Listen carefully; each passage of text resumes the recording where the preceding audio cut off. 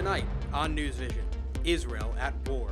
A conflict that's raging thousands of miles away hits close to home for many UM students and Miami residents. They're seeing innocent people die on both sides. It doesn't matter if you're Jewish, it doesn't matter if you're Muslim or Christian, like no one should have to go through this. Plus, one hotel in South Beach may turn into more permanent housing for some low-income residents, a decision that is causing controversy. We should be people to push forward, start a lawsuit. This way other cities could join us. I'm positive that they will. And later on, how a boxing gym in Miami is helping at-risk youngsters stay safe. The overall goal of my life is to teach people to fight and be strong and be fully self-expressed and learn to honor themselves. So our slogan is we teach kids to fight so they don't.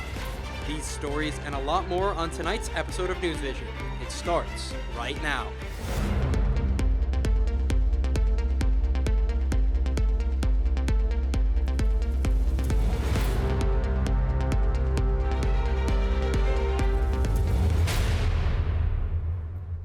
Good evening and welcome to NewsVision. I'm Regina Potenza. And I'm Andrew Klein. Thank you for joining us. Our top story tonight is the war in Israel. We have team coverage and reactions as the Miami community and the world responds. Hamas murdered hundreds of Israelis, men, women, and children. Israel is at war. But though Israel didn't start this war, Israel will finish it. For almost 2 weeks now, Israel and Hamas have been at war, with both sides seeing casualties up in the thousands. Joining us now is Harvey Duplock with an update on how the conflict has progressed. More than 4,000 dead, at least 15,000 injured, and some 1.5 million civilians displaced after 12 days of war between Israel and the Palestinian militant group Hamas. The conflict began on October 7th when Hamas launched over 2,000 rockets into Israel and invaded the Jewish nation. What followed has been described as a nightmare. Hamas gunmen went door to door in Israel, killing hundreds of soldiers and civilians, including women and children, and taking hundreds more hostage. It was animal slaughter. It's like they take all the animals to one place and shoot them all. Less than 24 hours after the terrorist attacks, Israel declared war on Hamas, launching numerous airstrikes on the Gaza Strip, with the Israeli defense minister saying, quote, "What was in Gaza will no longer be." The current conflict began in 1948 with the founding of Israel. The Jewish state is surrounded by Arab countries that have at times opposed its existence. Now, terrorist groups like Hezbollah and Hamas continue to attack Israel and oppose the Oslo Accords, which is a decades-old peace treaty between Israel and the Palestine Liberation Organization. The ongoing war is between Israel and Hamas, not Israel and the Palestinians. Hamas members live in Gaza, so Israel's response will lead to collateral damage. Can't lose sight of the fact that the overwhelming majority of Palestinians had nothing to do with Hamas. They're suffering as a result as well. Israel initiated a complete blockade of supplies entering Gaza, cutting off all water, power and food entering the area. It then ordered the evacuation of over 1 million Palestinians living in northern Gaza, forcing them to flee south as Israel prepares to launch a ground invasion in the coming days. We are trying now to move the civilians so that they will not be hurt, and we want to go in and uproot that infrastructure of terror. And once we'll see that the situation will be permissible for significant combat operations, then they will commence. But currently, the 2 million residents of Gaza have nowhere to go because the territory's only other neighbouring country, Egypt, said that it would not open its borders to Palestinian refugees. Meanwhile, the United States is doing all it can to bring all the American citizens in the area home. I assured them my personal commitment to do everything possible to return every missing American to their families. Yesterday, President Biden landed in Israel and met with Israeli Prime Minister Benjamin Netanyahu and Israeli President Isaac Herzog and spoke on a number of topics. President Biden said he will ask Congress for an unprecedented support package, said there's no higher priority than to bring American hostages home, and that Israel has agreed to allow aid into Gaza. Based on the understanding that there will be inspections, and that the aid should go to civilians, not to Hamas, Israel agreed the humanitarian assistance can begin to move from Egypt to Gaza. It's currently not known when the aid trucks will be able to enter Gaza. Harvey Duplock, UMTV. Thank you, Harvey. This week, several planes landed in the United States carrying American citizens who had been trapped in Israel. The first flight carrying U.S. residents who were in Israel when the war started landed at Tampa International Airport. Florida partnered with the nonprofit group called Project Dynamo to help hundreds of Floridians return home safely. First big plane load, 270 people here. I think if you were watching, you saw a lot of families with young kids. So a lot of these people were in a real pinch. They had no help. They were not able to get out of Israel. And the state of Florida stepped up and answered the call. The flights were entirely paid for by the state of Florida and Governor DeSantis. The flights will take supplies to Israel as well as bring Americans home. And here on campus, student support for Israel continues. UM's Jewish organizations have hosted various gatherings so far and are hosting another rally tonight at The Rock. Daryl Barnes now joins us live with more. Daryl, this is just one of the many events that have been going on this past week, right?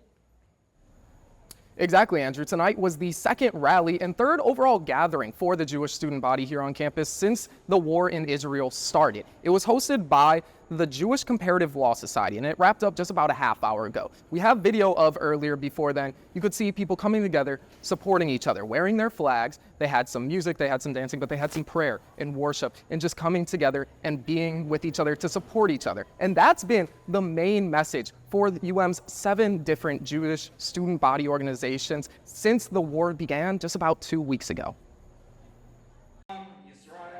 Since coming to UM in July, Rabbi Jason Cook has supported Jewish students by leading services. But last week, that role grew.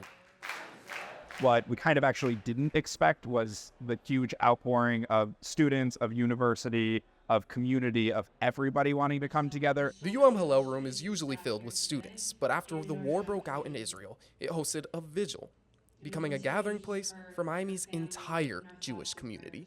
We in Miami-Dade County stand with Israel, with the Jewish people, with all of the people that are suffering, and we will always stand for those who champion democracy. An estimated 20% of UM's 16,000 students are Jewish. So in support of Israel, various UM Jewish organizations have hosted multiple events to give students and the community a sense of purpose. This can be really challenging on lots of people's mental health, knowing that I directly can't do anything about it, but we can pray, we can wrap tefillin, we can do the small things that really are the big things.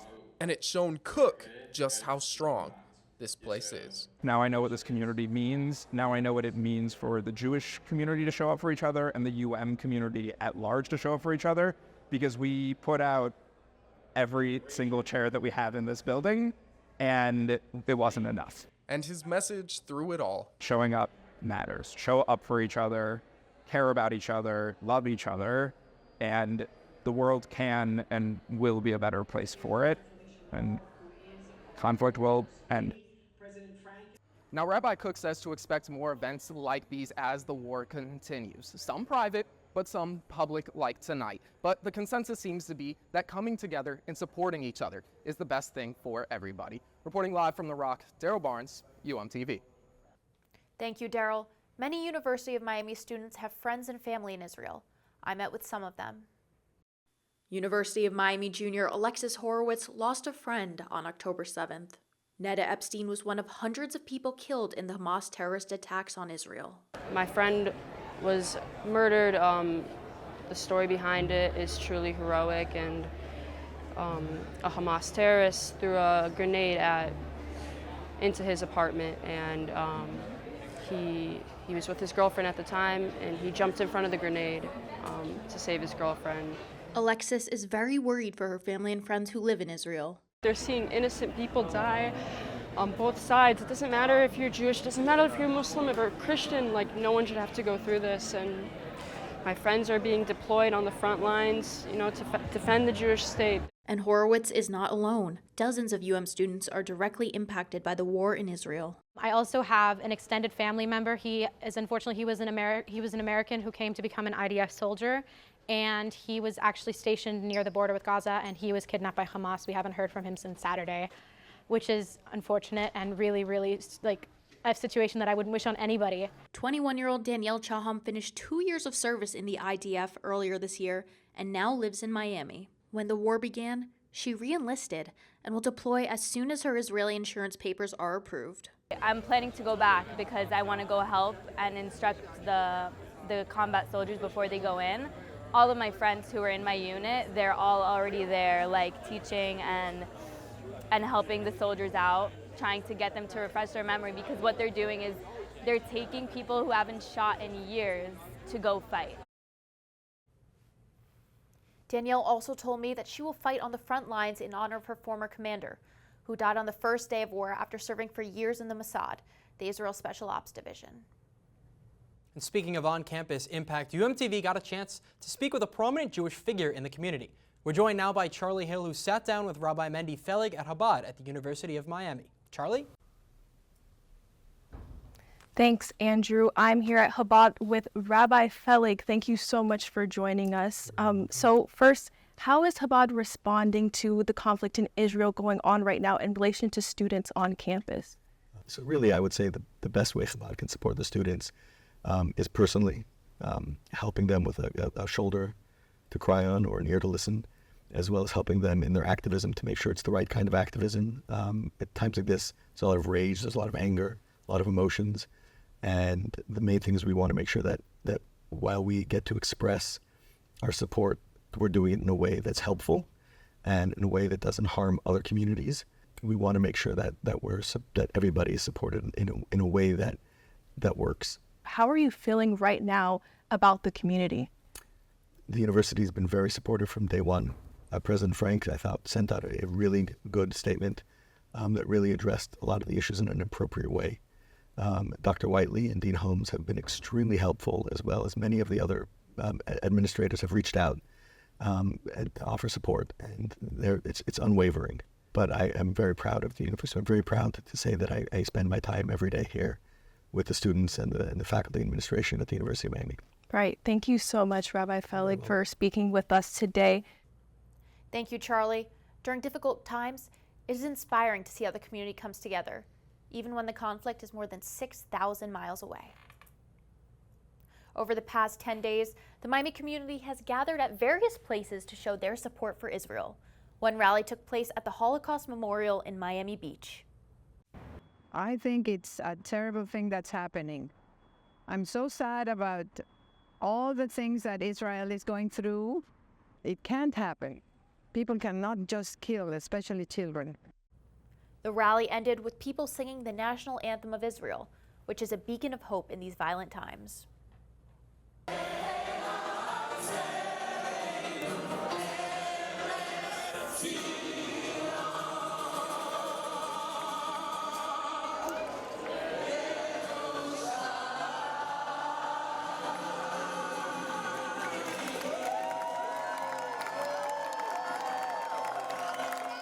Palestinian demonstrators have also taken to the streets to protest the Israeli occupation and the war in Gaza. Katelyn Kucharski attended one local pro-Palestinian rally to hear what South Florida residents are saying about the conflict in the Middle East. Free, free, free Palestine. Clinical operations consultant Mohammed Al-Jarmeh lives in Miami, but his heart belongs to the land of the Palestinians in the Middle East. Mohammed joined dozens of protesters in Hollywood Beach, Florida on Sunday, October 15th to voice support for the Palestinian people in the war that Israel launched on the militant Palestinian organization Hamas. We would like for the Palestinian cause to be heard by Western democracies, which have been very, very biased toward the state of Israel. More than 50 people came together to demand an end to the Israeli occupation and the killing of civilians in the Gaza Strip. Palestinians just want peace. Palestinians don't have the power that Israel has. All we can do is use our voices and protest. Many pro-Palestinian protesters say they feel betrayed by the United States. When Blinken went to Israel on the second day of the attack, he said, "I came here as a Jew," meaning he is advocating for a religious war. Most cars driving past honked in support, but some slowed down, fully stopped, and their passengers shouted profanities at the demonstrators. And that was not the only confrontation. A small group of Israeli supporters also staged their counter-protest across the street. This is a pleasure for us to oppose the Islamic Nazis across the street. Pro-Palestinian demonstrators continuously chanted, "From the river to the sea! From the river to the sea! Palestine will be free!" which led pro-Israeli protesters across the street to shout back, "Kill the baby killers! Kill Hamas!" Since the war began more than a week ago, thousands of Israelis and Palestinians have been killed. But while the groups hold strongly opposing views, both want to see the fighting and bloodshed to end. God bless the Jewish people, and God bless the Jewish survivors of the Holocaust, and God bless everybody else who's fighting this insanity. If you're a person who is close to God and you have a heart for humanity, you should care to learn about both sides and which makes more sense to you. Katelyn Kucharski, UMTV. Time for a short break now, but when NewsVision returns, we'll tell you why one historic South Beach hotel is in the middle of a controversy. This and a lot more coming up. Stay with us.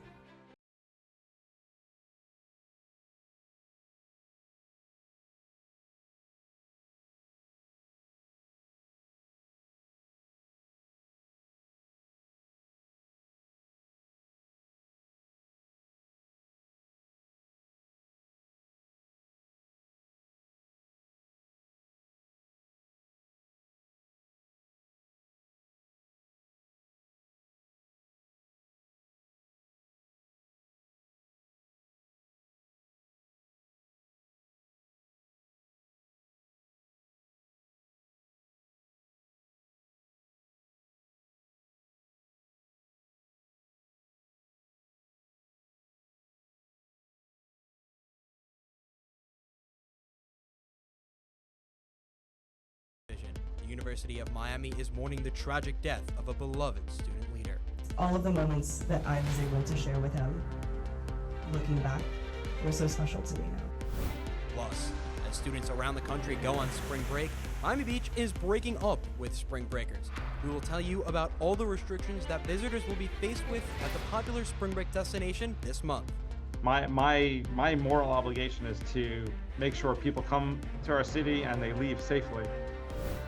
And later on, we will introduce you to one local artist who uses her talents to help endangered turtles. I was scared. I was a little scared. I didn't think I could make it as an artist. I doubted myself. We will have these stories and a lot more on tonight's episode of NewsVision.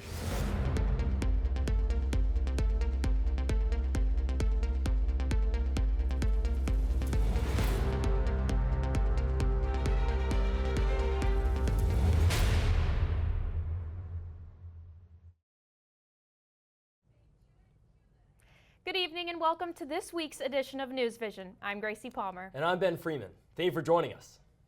Breaking news tonight, a murder-suicide has taken place at Red Road Commons apartments right outside campus. Police activity was reported earlier this afternoon outside of the popular off-campus housing, and it has now been confirmed that a domestic dispute turned deadly. A man in his 60s and a woman in her 50s are reported to be the victims. The University of Miami community is mourning the loss of one of our own. A senior student was killed on his commute to campus on Monday. Daryl Barnes is live from the scene of the accident with the details and the reactions from the UM community. Daryl, what do we know? Senior Daniel Bishop was riding this scooter here to campus at the intersection of Lejeune and Altura Avenue when police say he was struck and killed on his Monday commute to campus. Now, Daniel was one of the most involved students on the UM campus. He was a campus tour guide. He was involved in a number of different spirit organizations, and all those organizations stopped all activities this week as they took time to honor his life. And I think the only word that can actually be used to describe Daniel is extraordinary. University of Miami students are heartbroken over the loss of senior Daniel Bishop. Students received the news in an email from Dr. Pat Whiteley early Tuesday morning, and they held a candlelight vigil later that night to honor and remember him.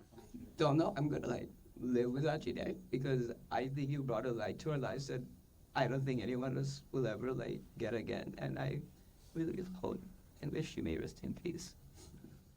Students also hosted a celebration of life earlier today. All of the moments that I was able to share with him, looking back, were so special to me now. The events were attended by hundreds of students who worked with Bishop and felt his impact daily.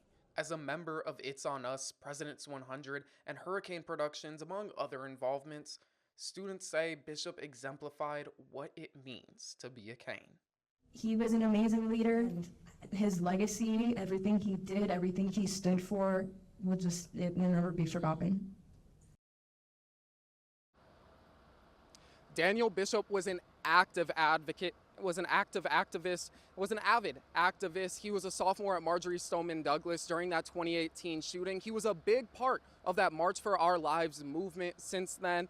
Daniel studied mathematics at the University of Miami. He actually had a job lined up to teach math at Gulliver Prep nearby. His service will be tomorrow. The university will provide shuttles to that service at 11:15 a.m. and also a shuttle to the funeral at 4:30 in the afternoon. Live from Coral Gables, Daryl Barnes, UMTV. Thanks, Daryl. Our thoughts and prayers are with Daniel's family. The University of Miami Sylvester Comprehensive Cancer Center has announced it is building a new facility thanks to a donation of $50 million. The donor is Kenneth Griffin, who is one of the country's leading philanthropists dedicated to driving progress in science and medicine. A brand new 12-story building will be built in his name. It will double Sylvester's research footprint, enhance care for patients, accelerate efforts to develop new therapies, and expand access to clinical trials. The facility is scheduled to open next year. The University of Florida is eliminating all positions related to diversity, equity, and inclusion. This follows the new Florida Board of Governors regulations that ban expenses related to DEI. In May of 2023, Florida Governor Ron DeSantis decided to defund DEI programs at state universities and colleges. At the time, he called them, quote, distraction from the core mission. In total, 13 full-time positions were eliminated from the University of Florida, and 15 people had their administration appointments ended. The ban on federal and state funding for DEI programs in Florida does not affect the University of Miami, which is a private institution.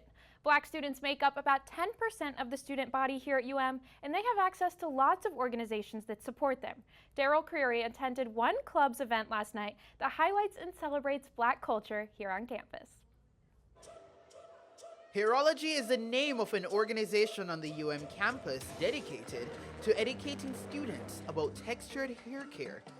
It hosted its annual showcase in the Shalala Ballrooms yesterday. The themes of the night took participants through history, from ancient Egypt to Afrofuturism.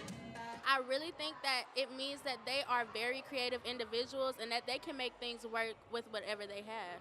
Student volunteers were styled and brought to center stage with striking visuals that revolutionized Black identity. It was a great way for us to connect with the Black community here and really just express ourselves in ways that we never thought possible.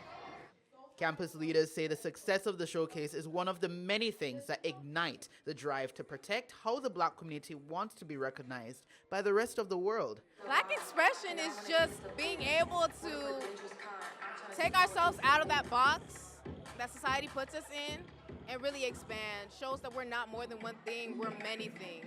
And that's limitless. We should be able to exist in any space who we are, in the way that we are freely, with our hair and with our bodies and who we are. So if the school were to put something like that into place where we can't wear our hair out in the way that it grows from the roots of our head, I would definitely be against that. Reporting for UMTV, I'm Daryl Creary. The Brightline train system is adding a new stop on its current route between Miami and Orlando. The new stop will be in the town of Stuart, Florida, just north of West Palm Beach.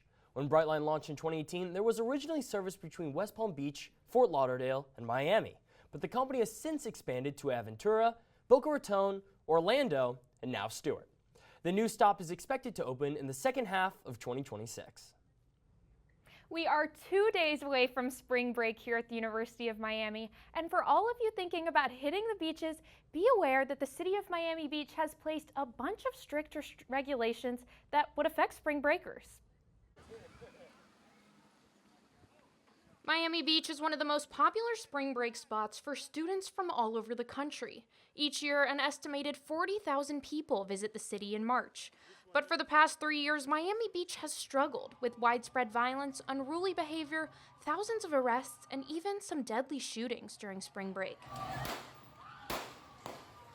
And this is exactly what city authorities want to put a stop to.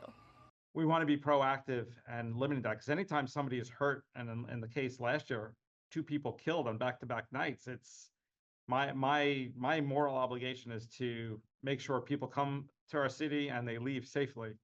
The city of Miami Beach has implemented restrictions before, but this year they are much more serious, ranging from curfews to DUI checkpoints and early beach closings. The Miami Beach City Commission also voted to restrict access to parking garages for non-residents. During the weekends of March 7th and 14th, most parking garages will be shut down in Miami Beach, and the few that are open will be charging a $100 fee to park. I don't think it makes sense to increase the prices for parking. I don't think that has anything to do with how unsafe it is here.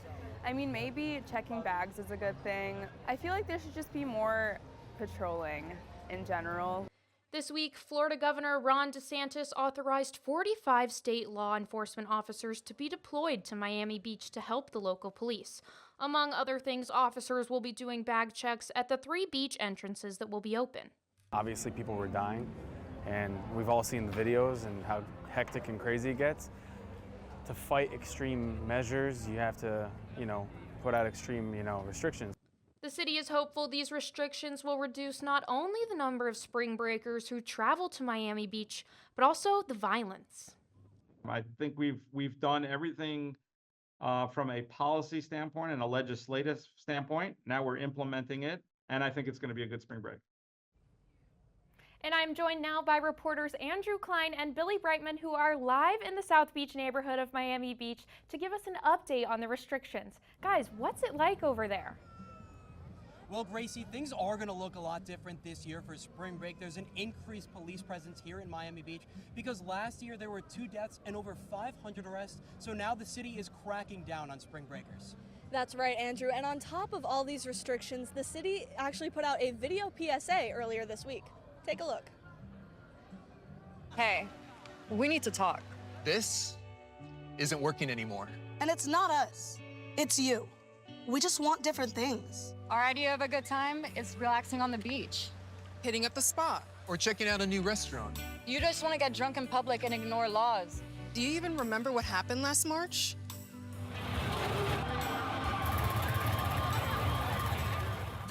Well, the video goes on to tell spring breakers that they're not welcome here in Miami Beach and that there will be a lot of restrictions throughout the month of March. Now, our spring break hasn't started just yet. It starts this weekend, but there are a lot of college students that have already had spring break and a lot more that are going to have spring break in the near future as well. And it's because of all these staggered breaks that the city is extending their restrictions through the entire month of March.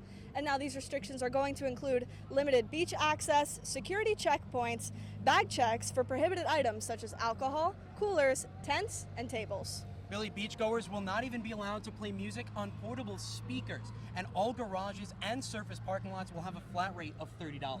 Now, Andrew, that does not include restrictions for the 2 high-impact spring break weekends, and those come with their own set of restrictions.